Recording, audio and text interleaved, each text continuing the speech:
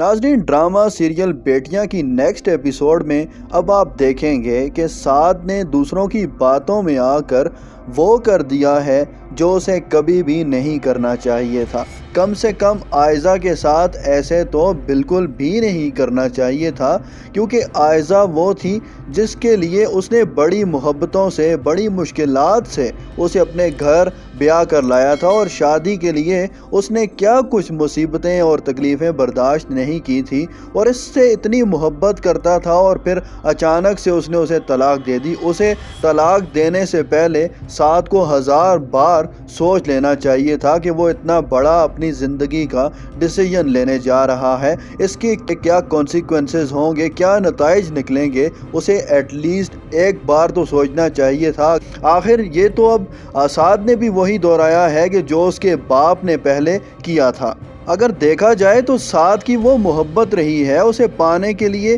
وہ کیا کیا نہیں کرتا رہا، اور جس کے لیے آپ اتنا کچھ کرتے رہے ہوں اور اسے پھر بعد میں آپ دوسروں کی باتوں میں آ کر ڈائیورس دے دیں، یہ کوئی اچھی بات نہیں ہے۔ اس کو سعد کو سوچنا چاہیے تھا پہلے سے۔ عائزہ یہ سب ڈیزرو تو میں سمجھتا ہوں کہ بالکل بھی نہیں کرتی تھی، نہ ہی وہ اس طرح کا رویہ سعد کی طرف سے ڈیزرو کرتی تھی۔ سعد نے اسے طلاق دے کر جیتے جی زمین میں اتار دیا ہے، یعنی مار کے رکھ دیا ہے سعد نے اس کو، لیکن یہ پچھتاوا آگے جا کر آپ دیکھیں گے کہ سعد کو بھی جینے نہیں دے گا۔ سعد کو اس بات کا اندازہ یا پچھتاوا اس وقت ہوگا کہ جب اسے پتہ چلے گا، اسے سمجھ آئے گی کہ اس نے عائزہ کو اس وقت چھوڑا ہے کہ جب وہ اس کے بچے کی ماں بننے والی تھی، کیونکہ عائزہ اس کے بچے کی ماں تو بننے والی تھی، لیکن اسے اس بات کا پتہ نہیں تھا، اس لیے کہ وہ دوسروں کی باتوں میں آیا ہوا تھا۔ اس نے عائزہ سے کبھی خود بات نہیں کی ہوئی تھی، اسے چاہیے تھا کہ وہ عائزہ سے خود اس حوالے سے بات کرتا کوئی بھی ڈیسیژن لینے سے پہلے، تاکہ اگر اس کے اندر کوئی ان دونوں کے درمیان باتیں تھی بھی تو وہ دور کر لیتے ان سب کو۔ اور دیکھا جائے تو عائزہ تھی بھی بے قصور، تو اس میں سعد کی ساری غلطی ہے،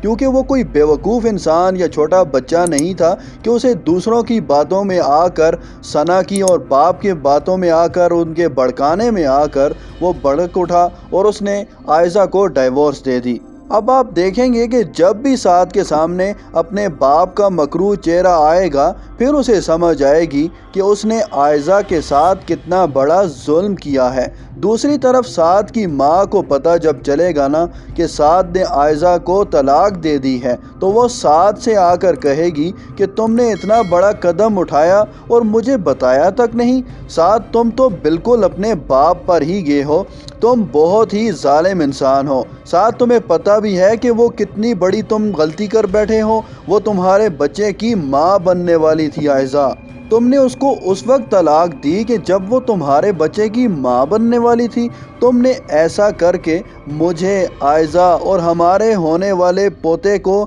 یعنی سعد کے بچے کو، تم نے تو سعد جیتے جی مار دیا ہے ہم تینوں کو۔ تمہیں ایسا بالکل بھی نہیں کرنا چاہیے تھا، تمہیں سوچنا چاہیے تھا، ایٹ لیسٹ تم مجھ سے ڈسکس تو کر لیتے کہ تم اپنی زندگی کا اتنا بڑا ڈیسیژن لینے جا رہے ہو۔ اپنے بچے کا سن کر سعد بھی دوسری طرف آپ دیکھیں گے زمین اس کے پاؤں تلے سے نکل جائے گی، اور اسے اس بات کا احساس ہوگا کہ یہ میں نے کیا کر دیا ہے، جس کے بعد سعد اپنے فیصلے پر بہت زیادہ پچھتائے گا۔ جب عائزہ کو ڈائیورس پیپر ملیں گے نا، تو وہ عائزہ کے لیے ایک بہت بڑا امتحان ہوگا، اور اس کے باپ کے لیے بھی یہ بہت بڑا امتحان ہے، کیونکہ کوئی بھی باپ یہ کبھی بھی نہیں چاہتا کہ اس کی بیٹی کا گھر اجڑ جائے، اس کی بیٹی کا گھر ٹوٹ جائے اور اس کی بیٹی ڈائیورس لے کر گھر آ جائے۔ لیکن یہ صدمہ تو اب ان دونوں کو ناظرین مل ہی چکا ہے، اور اب عائزہ کو بھی چاہیے کہ سعد کبھی اپنے بچے کا منہ بھی